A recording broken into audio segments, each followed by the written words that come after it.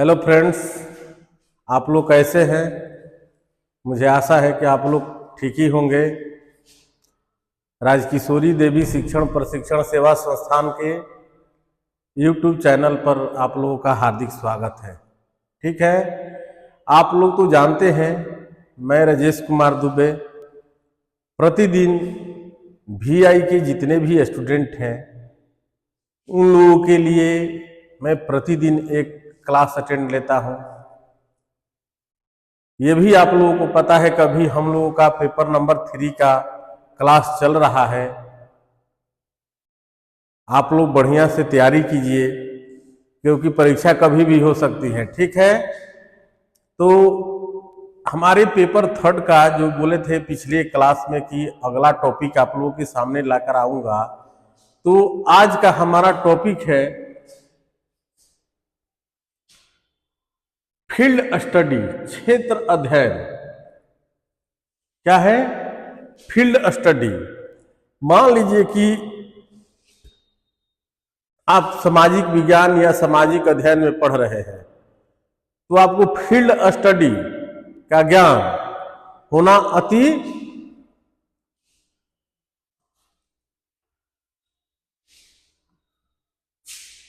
आवश्यक है। ठीक है, इसको क्या कहते हैं? Observation method. ठीक है, तो देखिए इसमें किसी तथ्य का स्वयं निरीक्षण करके पता लगाया जाता है। इस विधि में क्या होता है कि किसी भी तथ्य को स्वयं निरीक्षण करके पता लगाया जाता है। इस विधि के प्रयोग से बालक अपने आसपास की घटनाओं, वस्तुओं, परिस्थितियों आदि का निरीक्षण करके बहुत ही नवीन बातों को सरलता और सहजता से प्राप्त कर लेता है। इस विधि से क्या होता है कि कोई भी बच्चा बहुत आसानी से, सरल तरीके से और अपनी भाषा में आसानी से उस चीज को क्या कर लेता है, समझ लेता है। ठीक है, इस विधि का प्रयोग सभी विषयों में किया जा सकता है। इस विधि का प्रयोग क्या होता है? सभी विषयों में प्रयोग किया जा सकता है। यह विधि विज्ञान तथा सामाजिक अध्ययन के शिक्षण में अधिक उपयोगी है और यह विधि विज्ञान और सामाजिक अध्ययन में काफी क्या है, उपयोगी है। इसके 3 चरण हैं जो क्रमशः है। इसके कौन कौन से चरण हैं? 3 चरण हैं। जिसका निरीक्षण करना है, पहला चरण क्या है कि किसका निरीक्षण करना है, उसका पूर्व निश्चित कर लेना, घटनाओं पर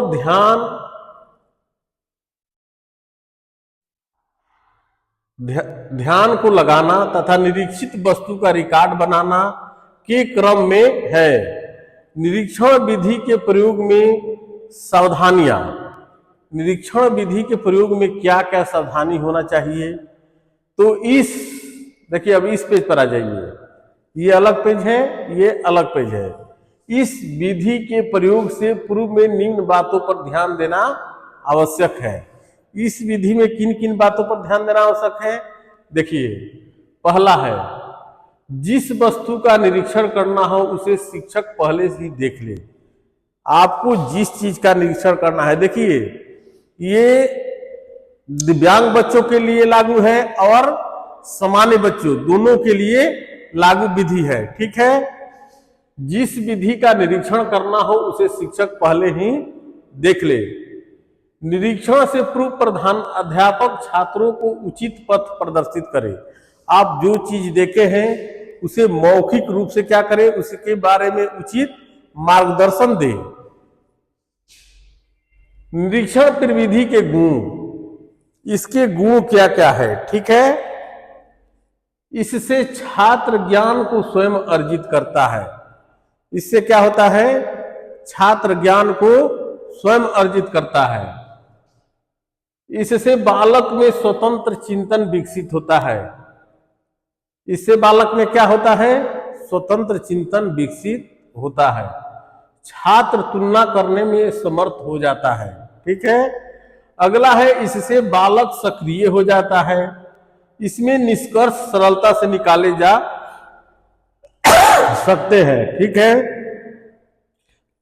सीमाएं। इस विधि में प्रशिक्षित अध्यापकों, अब इसकी क्या क्या सीमाएं हैं? इस विधि में प्रशिक्षित अध्यापकों, अब इस पेज पर आ जाइए आप लोग, की आवश्यकता होती है। ठीक है।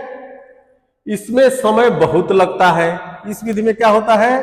समय बहुत अधिक लगता है। इस विधि से पाठ्यक्रम निर्धारित समय पर समाप्त करने में कठिनाई आती है। ठीक है। अब है इसमें यूनिट। अगला यूनिट क्या है? वाद विवाद विधि। बच्चे को जानकारी देने के लिए सबसे बढ़िया तरीका और क्या है? वाद विवाद विधि, जिसको क्या कहते हैं? Discussion method. अगर बच्चा दिव्यांग भी है तो वाद विवाद की विधि से काफी कुछ हद तक सीख लेता है। ठीक है। यह विधि सामाजिक विधि विज्ञान शिक्षण की महत्वपूर्ण पद्धति मानी जाती है। वाद विवाद विधि क्या मानी जाती है? विज्ञान शिक्षण हो या सामाजिक शिक्षण, दोनों में काफी महत्वपूर्ण मानी जाती है। किसी समस्या के समाधान के लिए सामाजिक क्रियाओं का शुद्ध रूप है। इसमें विचारों का आदान प्रदान होता है, छात्रों में कौशल का विकास होता है, सामाजिकीकरण होता है, स्वतंत्र चिंतन तथा अभिव्यक्ति का अवसर मिलता है। ठीक है। अब है वाद विवाद विधि की विशेषताएं। वाद विवाद विधि की क्या विशेषताएं हैं? आपसे कोई परीक्षा में पूछ देगा तो देखिए, पहला का विशेषता है, यह विधि प्रजातांत्रिक सिद्धांतों पर आधारित है, इसलिए यह छात्रों के विकास के लिए अधिक अवसर, अब दूसरे पेज पर आइए, प्रदान करती है। ठीक है। यह छात्रों की क्षमताओं के विकास के लिए स्वतंत्र वातावरण प्रस्तुत करती है। अगला इसमें है, यह इस विधि में छात्र तथा शिक्षक दोनों को ही क्रियाशील रहना पड़ता है तथा प्रस्तुतिकरण पर कम बल दिया जाता है। अगला इसमें क्या है? इस विधि से छात्रों को शिक्षक के निकट आने का अवसर मिलता है और शिक्षक उनकी क्षमताओं को समझ सकता है तथा मूल्यांकन कर सकता है। ठीक है। इस विधि से छात्रों को सोचने बोलने के लिए अधिक अवसर मिलता है। ठीक है। अगला है, पाठ्य पुस्तक को स्पष्ट रूप से समझने का अवसर मिलता है। इस विधि में क्या होता है कि पाठ्य पुस्तक का जो पैटर्न है उसके अनुसार समझने का अवसर मिलता है तथा अपनी त्रुटियों के संबंध में भी जागरूकता होती है और क्या हम गलती कर रहे हैं उसके प्रति भी हमारी चेतना बढ़ती है। इस विधि में बालक का समग्रीकरण भी हो जाता है तथा छात्रों को सही दृष्टिकोण विकसित होता है। ठीक है। इस विधि से तथ्यों एवं प्रयत्नों का स्पष्टीकरण भली प्रकार से किया जा सकता है। ठीक है। अब चलिए आगे। अब है यूनिट 5 इसमें। अब अगला क्या है? सामाजिक विज्ञान शिक्षण के कौशल। सामाजिक विज्ञान शिक्षण के कौशल क्या क्या है? ठीक है। इसको क्या कहते हैं? इसमें पहला है नाटकीकरण, ड्रामेनाइजेशन। सामाजिक विज्ञान शिक्षण कौशल में पहला हमारा क्या है? नाटकीकरण। किसी वस्तु या घटना का वास्तविक रूप में प्रदर्शन करना नाटकीकरण कहलाता है। जैसे हम लोग नाटक करते हैं ना, तो नाटक किसको कहते हैं? किसी वस्तु या घटना का वास्तविक रूप में प्रदर्शन करना क्या कहलाता है? नाटकीकरण कहलाता है। ठीक है। यह प्रविधि प्राचीन समय से ही प्रयोग में लाई जाती है। यह विधि बहुत पुराने समय से क्या होती है? प्रयोग में लाई जाती है। इसमें नाटक करने वाला पात्र अपने आप को भूल जाता है और स्वयं को घटना का वास्तविक पात्र समझता है।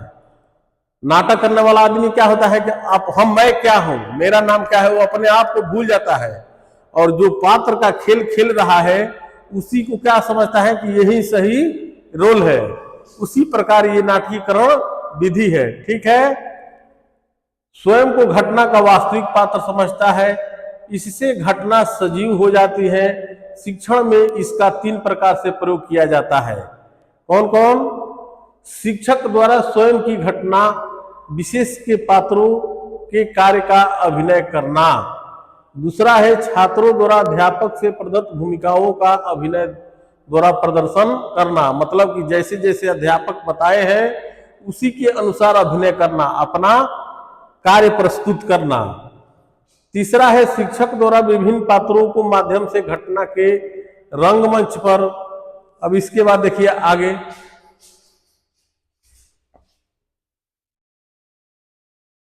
रंगमंच पर छात्रों के समूह प्रदर्शित करना।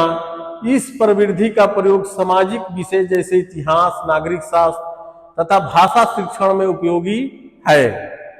अब है नाटकीकरण के गुण क्या है। ठीक है, इस विधि से छात्रों की ज्ञानेंद्रियों को प्रशिक्षण मिलता है। छात्रों के क्या होता है? ज्ञानेंद्रिय, चाहे वो सामान्य हो या दिव्यांग, उनके ज्ञानेंद्रियों का प्रशिक्षण मिलता है। इस कारण यह मनोवैज्ञानिक विधि है। यह क्या है? एक प्रकार से मनोवैज्ञानिक विधि है। इससे छात्रों की स्मरण और कल्पना शक्ति का विकास होता है। इस विधि से घटनाओं का सजीव चित्रण मिलता है। इससे छात्रों में विषय के प्रति रुचि उत्पन्न होती है। ठीक है, इस विधि से छात्रों में स्वक्रिया पर बल मिलता है, जिससे छात्रों में चरित्र का विकास स्वाभाविक रूप से होता है। ठीक है, अब है नाटकीकरण कौशल के दोष क्या है। अब इस विधि के दोष क्या क्या है। ठीक है, इसमें धन और समय अधिक लगता है। पहला दोष क्या है? इसमें धन और समय अधिक लगता है। ठीक है, और आगे देखिए इसके दोष क्या है। इसमें बिना सामग्री के पढ़ाना संभव नहीं है। ठीक है, समझ में आ रहा है ना? सभी अध्यापकों में अभिनय गुणों का अभाव होता है। इस विधि से शिक्षण में अनुशासनहीनता की समस्या आ जाती है। इसके दोष यही है। अब है विवरण यानी कथन। ठीक है, विवरण का अर्थ है क्रमबद्ध घटनाओं का वर्णन। विवरण किसको कहते हैं? क्रमबद्ध घटनाओं का वर्णन। विवरण कहानी कथन का एक स्वरूप है जो मौखिक विधि का एक पहलू है। इस कौशल के उपयोग का उद्देश्य छात्रों के मस्तिष्क पर किसी घटना का स्पष्ट चित्र अंकित करना तथा ज्ञान को सरलता पूर्वक ग्रहण करना है। ठीक है, अब इसके विशेषता क्या क्या है। विवरण द्वारा ज्ञान अस्थायी प्रभाव डालता है। किसी चीज का विवरण कर देने से क्या होता है? ज्ञान अस्थायी बनता है। विवरण के बाद अन्य पुस्तकें पढ़ने। ठीक है, अन्य पुस्तकें पढ़ने की आवश्यकता नहीं पड़ती है। मान लीजिए कि किसी चीज का विवरण हो गया, नॉलेज हो गया, तो जो आप पाठ में पढ़ रहे हैं तो पढ़ लेने के बाद उसके क्या होती है? ज्यादा पढ़ने की आवश्यकता नहीं पड़ती है। विवरण विषय के अनेक पक्षों पर प्रकाश डालता है। इसके द्वारा छात्र ज्ञान को अल्प समय में ही प्राप्त कर लेते हैं। ठीक है, विवरण द्वारा छात्रों की जिज्ञासा उत्पन्न की जा सकती है। विवरण के द्वारा क्या होता है कि छात्रों में जिज्ञासा, लालसा उसके प्रति उत्पन्न की जा सकती है। विवरण द्वारा छात्र ज्ञान को रोचक रीति से ग्रहण कर सकते हैं। क्या होता है कि तार्किक तरीके से, रोचक पूर्ण तरीके से उस चीज को, ज्ञान को अर्जित कर सकते हैं। इसके द्वारा तर्क को छात्रों में विकसित किया जाता है। विवरण छात्रों की विभिन्न समस्याओं को सुलझाने में उनकी मदद करता है। ठीक है, अब है सीमाएं और दोष। इसकी सीमाएं और दोष क्या है। छात्र निष्क्रिय श्रोता के रूप में रहता है। इसमें क्या होता है? छात्र निष्क्रिय श्रोता के रूप में रहता है। इसमें अध्यापक ही सक्रिय रहता है। इसमें क्या रहता है? अध्यापक ही सक्रिय रहता है।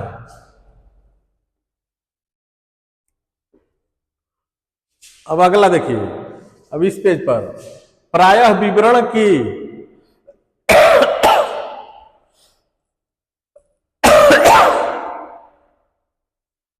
अब दूसरा के बाद यह तीसरा आ गया, प्रायः विवरण के मध्य प्रश्न न पूछने के कारण छात्रों को कठिनाइयां बनी रहने से वे पूरी तरह आत्मसात नहीं कर पाते हैं।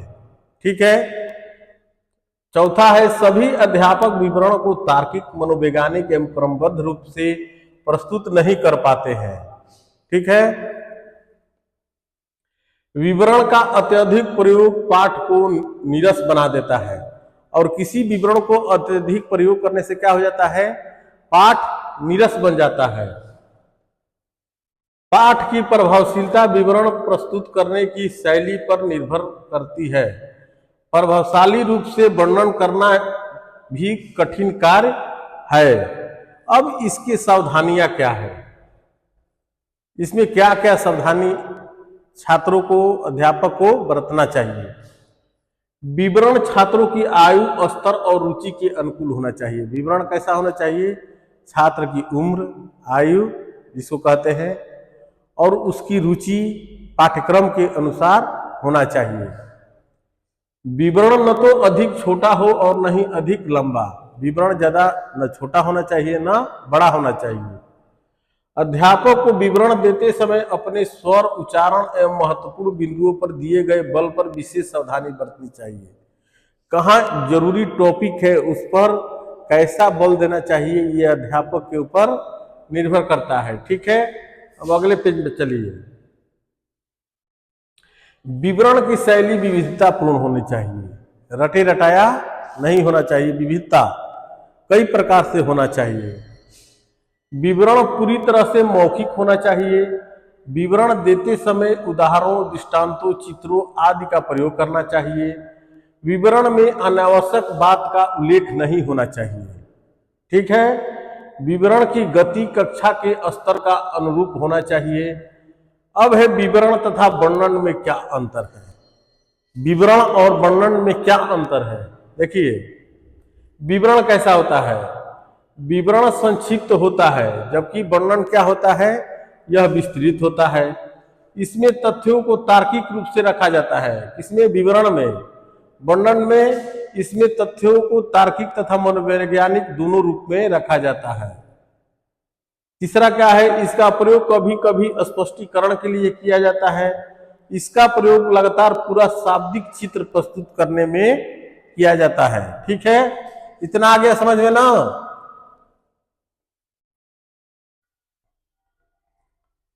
और देखिए, इसका रूप मौखिक होता है, किसका, विवरण का। वर्णन का इसका रूप मौखिक तथा लिखित दोनों में हो सकता है। इसमें विश्लेषणात्मक तत्व अधिक होते हैं, इसमें संश्लेषणात्मक तत्व अधिक होता है। ठीक है। अब है इसमें अगला व्याख्या कौशल। क्या है, व्याख्या कौशल। व्याख्यान उन तथ्यों, सिद्धांतों का या अन्य संबंधों का स्पष्टीकरण है जिनको शिक्षक चाहता है कि उसके सुनने वाले समझे। इस प्रणाली में अध्यापक कक्षा में व्याख्यान देते हैं ना, और छात्र सुनते हैं, जिसके कारण अध्यापक अधिक सक्रिय तथा छात्र निष्क्रिय श्रोता होते हैं। व्याख्यान में क्या होता है कि केवल अध्यापक क्या होते हैं, लेक्चर देते हैं, और छात्र क्या होते हैं, श्रोता बनकर उस चीज को सुनते हैं। तो इसमें अध्यापक ज्यादा सक्रिय होते हैं और छात्र क्या होते हैं, ज्यादा निष्क्रिय होते हैं। व्याख्यान प्रणाली के गुण। अब व्याख्यान प्रणाली के गुण क्या है, इसमें अल्प समय में पाठ्यक्रम के एक बड़े भाग को पढ़ाया जाता है। इसमें क्या होता है कि अल्प समय में पाठ के एक बड़े भाग को पढ़ाया जाता है। इसमें बहुत से छात्र एक साथ पढ़ सकते हैं। व्याख्यान विधि में क्या होता है कि बहुत से छात्र एक साथ पढ़ सकते हैं। अध्यापकों के लिए यह प्रणाली सुविधाजनक और सरल है। यह प्रणाली कम खर्चीली है क्योंकि सहायक सामग्री की इसमें आवश्यकता नहीं पड़ती है, क्योंकि व्याख्यान में तो सहायक सामग्री की आवश्यकता बिल्कुल नहीं पड़ती है। छात्र इस प्रणाली से उचित बातों को सुनकर नोट्स बनाने में कौशल प्राप्त करते हैं। ये क्या होता है कि छात्र बात को सुनकर उसके प्रति नोट्स बनाते हैं। यह प्रणाली उच्च कक्षाओं के लिए उपयोगी है। यह प्रणाली किसके लिए उपयोगी है? उच्च वर्ग के कक्षाओं के लिए। जैसे मान लीजिए कभी आप लोगों का क्लास चल रहा है, तो आप लोगों का मकसद है कि जो भी हम बोल रहे हैं उस चीज को आप लोग नोट्स भी अपने तरफ से बना सकते हैं, सुन के, कुछ देखकर और कुछ सुनकर, क्योंकि अब आप लोग बच्चे नहीं हैं कि पॉइंट दर पॉइंट आप लोगों को समझाना पड़ेगा। ठीक है। अब है व्याख्यान प्रणाली के दोष। इसमें छात्र क्रियाशील नहीं रहता है। इसमें इसका दोष क्या है? इसमें छात्र क्रियाशील नहीं रहता है। इसमें अध्यापक छात्रों की रुचियों और योग्यताओं का ध्यान नहीं रखता है। यह विधि छोटी कक्षाओं के लिए अधिक उपयुक्त नहीं है, क्योंकि छात्र अधिक देर तक एकाग्रचित होकर नहीं बैठ सकते हैं। छात्र इतने परिपक्व नहीं होते हैं कि ज्ञान को आत्मसात करते जाए। इससे प्राप्त ज्ञान अस्थायी नहीं होता है, क्योंकि ज्ञान उसे दूसरों से मिलता है, वह स्वयं करके नहीं सीखता। व्याख्यान में अल्पकाल में ही बहुत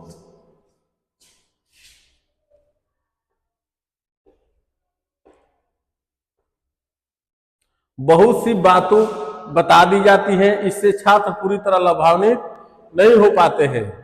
इस प्रणाली में समस्त ज्ञानेंद्रियों का प्रयोग न होकर श्रवण इंद्रिय का ही अधिक प्रयोग होता है। व्याख्यान विधि में क्या होता है कि समस्त ज्ञानेंद्रियों का प्रयोग नहीं होता है, केवल श्रवण ज्ञानेंद्रियों का प्रयोग होता है। ठीक है। अब है कहानी कथन, स्टोरी टेलिंग।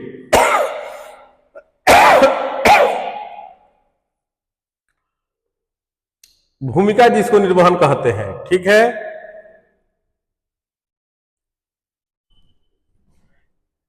इसमें है स्पर्शीय मानचित्र निर्माण की तकनीकी।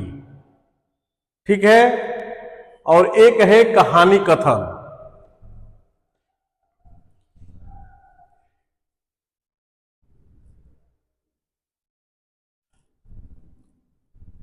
और अगला क्या है? स्पर्शीय मानचित्र निर्माण की तकनीकी। मान लीजिए कि कोई भी दिव्यांग बच्चा, दृष्टिबाधित बच्चा हो, तो वो ऐसे तो ग्लोब पर या मानचित्र पर कोई चीज नहीं देख सकता है, तो उसके लिए ग्लोब कैसा होना चाहिए? स्पर्शीय होना चाहिए। ठीक है। सामाजिक अध्ययन के अंतर्गत समय, स्थान और मनुष्य सभी शामिल हो जाते हैं।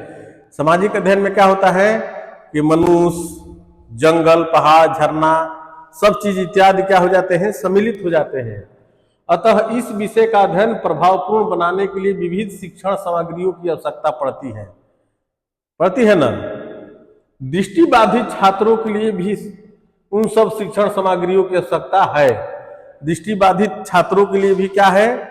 इन सब सामग्रियों की आवश्यकता पड़ती है। ठीक है। जो दृष्टिवान छात्रों के लिए बनाई गई है, जितने भी दृष्टिवान छात्र पढ़ते हैं, उन सब चीजों का सामग्री का उपयोग दृष्टिबाधित छात्रों के लिए भी होता है।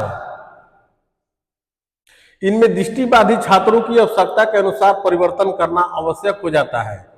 इसमें क्या होता है कि दृष्टिबाधित छात्रों के अनुसार उसका परिवर्तन करना जरूरी हो जाता है। ये सब सामग्रियां दृष्टिबाधित छात्रों के शिक्षण को सरल, सरस और प्रभावपूर्ण बना सकती है। ये जितनी सामग्रियां है, अगर स्पर्शीय रहेगी तो इनकी पाठ्यक्रम, इनकी समझदारी सबको क्या कर सकती है? सरल बना सकती हैं। उनकी विषय वस्तु से संबंधित प्रत्ययों को स्पष्ट कर सकती हैं। उनके अवधान के विषय की ओर आकृष्ट करने वाले छात्रों को सक्रिय बनाती है। शिक्षण प्रक्रिया को रोचक, स्पष्ट और बुद्धगम्य बनाती है। साथ ही ज्ञान को अस्थायी बनाती है। ये सामग्रियां निम्नलिखित है, जैसे किताब। ठीक है। तो एक ही दिन में तो आप लोगों का सब टॉपिक तो खत्म नहीं हो सकता है। तो आज की जितने क्लास में मैंने आप लोगों के सामने चर्चा किया, इसको आप लोग ध्यान पूर्वक पढ़िएगा। और इस टॉपिक के बाद आगे का जो पाठ्यक्रम है सिलेबस के अनुसार, वो फिर मैं अगले क्लास में आप लोगों के सामने लेकर आऊंगा। लेकिन जितना मैंने आज आप लोगों के सामने पढ़ाया है, इसके क्या क्या वस्तुनिष्ठ क्वेश्चन लगभग बने हैं वो अब आप लोग ध्यान से देखिए। जैसे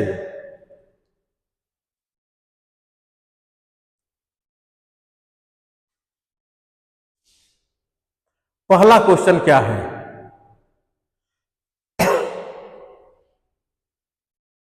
सामाजिक विज्ञान शिक्षण में कौशल का मुख्य उद्देश्य क्या है। सामाजिक विज्ञान शिक्षण कौशल में मुख्य उद्देश्य क्या है। पहला ऑप्शन है कि ए केवल तथ्य याद करना, बी समस्याओं का समाधान करने की क्षमता विकसित करना, सी रटा लगाना, डी परीक्षा में उच्च अंक प्राप्त करना। तो इसका सही आंसर क्या होगा, इसका सही आंसर होगा ऑप्शन बी, समस्याओं का समाधान करने की क्षमता विकसित करना। ऑप्शन बी इसका सही आंसर है। अब सेकेंड नंबर क्वेश्चन देखिए, सेकेंड क्वेश्चन क्या है,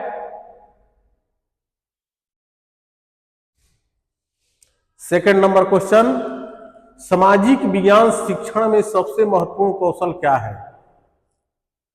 ऑप्शन हमारा क्या दिया है, ए प्रश्न पूछने का कौशल, बी कठोर अनुशासन लागू करना, सी केवल व्याख्यान देना, डी पाठ्य पुस्तक का अनुसरण करना। तो इसका सही आंसर क्या होगा, ऑप्शन ए प्रश्न पूछने का कौशल। ठीक है। अब है क्वेश्चन नंबर 3, सामाजिक विज्ञान शिक्षण में प्रभावी संवाद के लिए कौन सा कौशल आवश्यक है। ठीक है। ऑप्शन हमारा क्या दिया है, ए सूचना को व्यवस्थित रूप से प्रस्तुत करना, बी छात्रों को चुप रहना सिखाना, सी केवल लिखित कार्य पर ध्यान देना, डी प्रोजेक्ट प्रस्तुत करना। तो इसका सही आंसर क्या होगा, इसका सही आंसर होगा ऑप्शन ए सूचना को व्यवस्थित रूप से प्रस्तुत करना। ठीक है। अब है क्वेश्चन नंबर 4, सामाजिक विज्ञान में कहानी कहने का कौशल किसके लिए उपयोगी है। सामाजिक विज्ञान में कहानी कहने के लिए कौशल किसका उपयोगी है। ऑप्शन ए है छात्रों को विषय समझाने के लिए, बी है छात्रों को डराने के लिए, सी केवल मनोरंजन के लिए, डी पाठ को लंबा करने के लिए। तो इसका सही आंसर क्या होगा, ऑप्शन ए छात्रों को विषय समझाने के लिए। ठीक है। अब है क्वेश्चन नंबर 5, क्वेश्चन हमारा क्या है, सामाजिक विज्ञान में चार्ट और मॉडल का उपयोग किस कौशल का हिस्सा है। सामाजिक विज्ञान में जो चार्ट प्रस्तुत किया जाता है, मॉडल प्रस्तुत किया जाता है, ये किस चीज का हिस्सा है। ऑप्शन ए है शाब्दिक कौशल, बी दृश्यात्मक कौशल, सी गणितीय कौशल, डी अभिव्यक्ति कौशल। तो बताइए इसका सही आंसर क्या होगा। इसका सही आंसर होगा ऑप्शन बी दृश्यात्मक कौशल। ठीक है। अब क्वेश्चन नंबर 6 देखिए, 6 क्या है,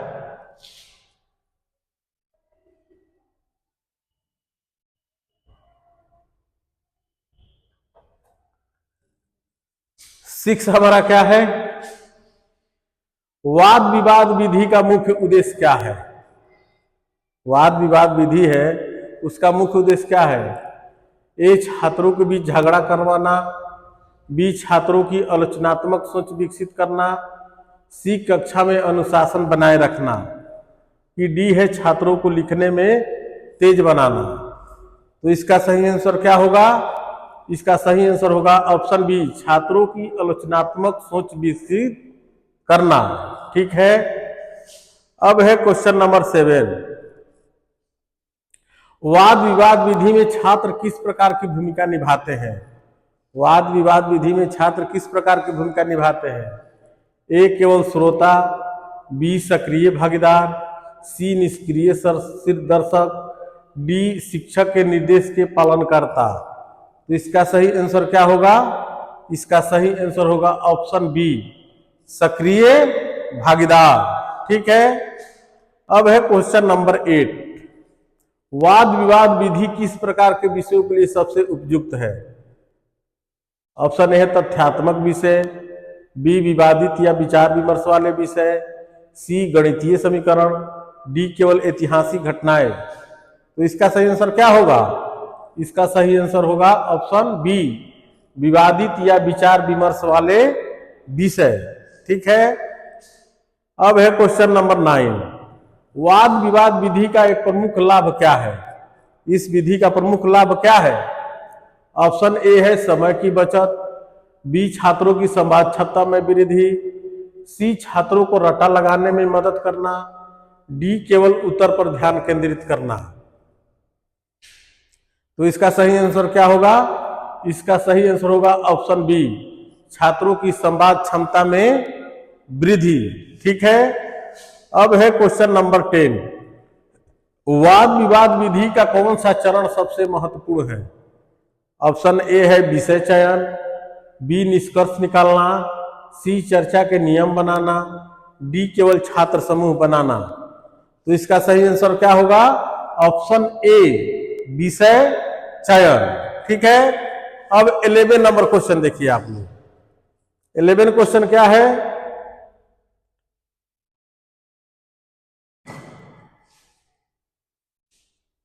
निरीक्षण विधि में छात्रों को मुख्य रूप से क्या करना होता है?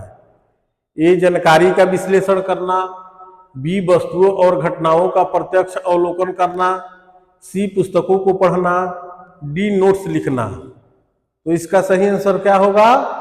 ऑप्शन बी, वस्तुओं और घटनाओं का प्रत्यक्ष अवलोकन करना। ठीक है, अब है क्वेश्चन नंबर 12। निरीक्षण विधि का प्रमुख उद्देश्य क्या है? ऑप्शन हमारा क्या है? छात्रों की याददाश्त विकसित करना, बी छात्रों की जिज्ञासा और जांच क्षमता बढ़ाना, सी केवल सैद्धांतिक ज्ञान देना, डी परीक्षा की तैयारी करना। तो इसका सही आंसर क्या होगा? ऑप्शन बी, छात्रों की जिज्ञासा और जांच क्षमता बढ़ाना। ठीक है, अब है क्वेश्चन नंबर 13। निरीक्षण विधि किस प्रकार के अध्ययन के लिए उपयुक्त है? निरीक्षण विधि किस प्रकार के अध्ययन के लिए उपयुक्त है? ए विज्ञान के प्रयोग, सी सामाजिक व्यवहार, सी गणितीय समीकरण, डी केवल भाषा अध्ययन। बताइए इसका सही आंसर क्या होगा? इसका सही आंसर होगा सामाजिक व्यवहार, ऑप्शन बी। ठीक है, निरीक्षण विधि का उपयोग कौन से कौशल को विकसित करने के लिए किया जाता है? क्या क्वेश्चन कर रहा है कि निरीक्षण विधि का उपयोग कौन से कौशल को विकसित करने के लिए किया जाता है? ठीक है, ऑप्शन इसमें क्या है? ए आलोचनात्मक सोच, बी तार्किक सोच, सी प्रत्यक्ष अनुभव से सीखना, डी रचनात्मक लेखन। तो इसका सही आंसर क्या होगा? इसका सही आंसर होगा ऑप्शन सी, प्रत्यक्ष अनुभव से सीखना। ठीक है, अब है क्वेश्चन नंबर 15।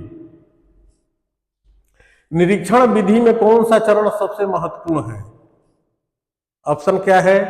ए अवलोकन की योजना बनाना, बी परिणाम दर्ज करना, सी रिपोर्ट तैयार करना, डी निष्कर्ष पर पहुंचना।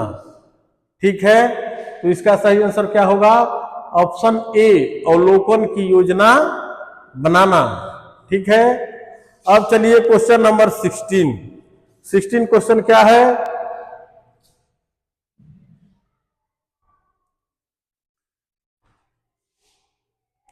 सामाजिक विज्ञान शिक्षण का मुख्य लक्ष्य क्या है? ए है सामाजिक मूल्यों का विकास करना, बी केवल व्यवसायिक कौशल सिखाना, सी व्यक्तिगत स्वतंत्रता का प्रचार करना, डी राजनीतिक जागरूकता फैलाना। तो इसका सही आंसर क्या होगा? ऑप्शन ए, सामाजिक मूल्यों का विकास करना। इसका सही आंसर क्या होगा? सामाजिक मूल्यों का विकास करना। अब है क्वेश्चन नंबर 17, देखिए 17 क्या कह रहा है?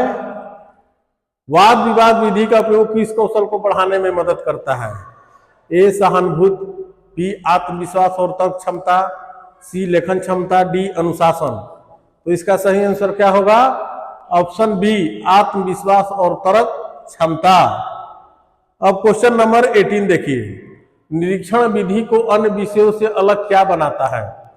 इससे व्यक्तित्व अनुभव पर आधारित होना, बी समूह गतिविधि पर निर्भर होना, सी पाठ्य पुस्तकों का उपयोग, डी व्याख्यान आधारित शिक्षण। तो इसका सही आंसर क्या होगा बताइए आप लोग 18 का, कि निरीक्षण विधि अन्य विधियों से अलग क्या बनाता है। इसका सही आंसर होगा इससे व्यक्तित्व अनुभव पर आधारित होना, ऑप्शन ए। ठीक है, अब 19 नंबर क्वेश्चन देखिए, निरीक्षण विधि में सबसे बड़ी चुनौती क्या होती है? आप लोगों को बताया था पढ़ाते वक्त कि इस विधि में सबसे बड़ी चुनौती क्या है। देखिए ऑप्शन ए समय प्रबंधन, बी छात्रों की निष्क्रियता, सी सही उपकरणों की कमी, डी अवलोकन की निष्पक्षता बनाए रखना। तो इसका सही आंसर क्या होगा? ऑप्शन डी अवलोकन की निष्पक्षता बनाए रखना। ठीक है, ऑप्शन डी। अब है नेक्स्ट एंड लास्ट क्वेश्चन, सामाजिक विज्ञान शिक्षण में शिक्षकों को कौन सा कौशल सबसे अधिक आवश्यक है? ए कठिन शब्दावली का प्रयोग, बी छात्रों के साथ संवाद स्थापित करना, सी केवल पाठ्य पुस्तकों का पालन करना, डी परीक्षा केंद्रित पढ़ाई। तो इसका सही आंसर क्या होगा? ऑप्शन बी छात्रों के साथ संवाद स्थापित करना। ठीक है, तो आज का हमारा एमसीक्यू भी क्वेश्चन समाप्त होता है। फिर मैं नेक्स्ट क्लास में इसी पेपर का जो अभी टॉपिक पढ़ाया है इसके आगे का टॉपिक आप लोग के सामने लेकर आऊंगा। आप लोग कम से कम ये कीजिए कि वीडियो को लाइक कीजिए और चैनल को सब्सक्राइब कीजिए, ताकि हमारा भी लगे कि हम आप लोगों के लिए मेहनत कर रहे हैं। ठीक है, और एक काम आप लोग नहीं कर रहे हैं, आप लोग को मैंने बताया है कि मेरा मोबाइल नंबर और व्हाट्सएप नंबर दोनों एक ही है, 8603633136। इस पर आप लोग कुछ भी थोड़ा बहुत ब्रेल लिखकर हम पर भेजिए, ताकि हम जाने कि आप लोग ब्रेल लिख रहे हैं। ठीक है, और फिर मैं अगले क्लास में, मेरा तो भाई काम है कि आप लोगों के कोर्स को कंप्लीट कराना। अब आप लोग कितना कोऑपरेट कर रहे हैं, क्योंकि आप लोगों को भी सीखना बहुत जरूरी है। ठीक है, तो फिर मैं इसी पेपर 3 का अगला टॉपिक लेकर आप लोगों के सामने आऊंगा। आप लोग अच्छे से पढ़िए, वीडियो को लाइक कीजिए। थैंक यू, धन्यवाद।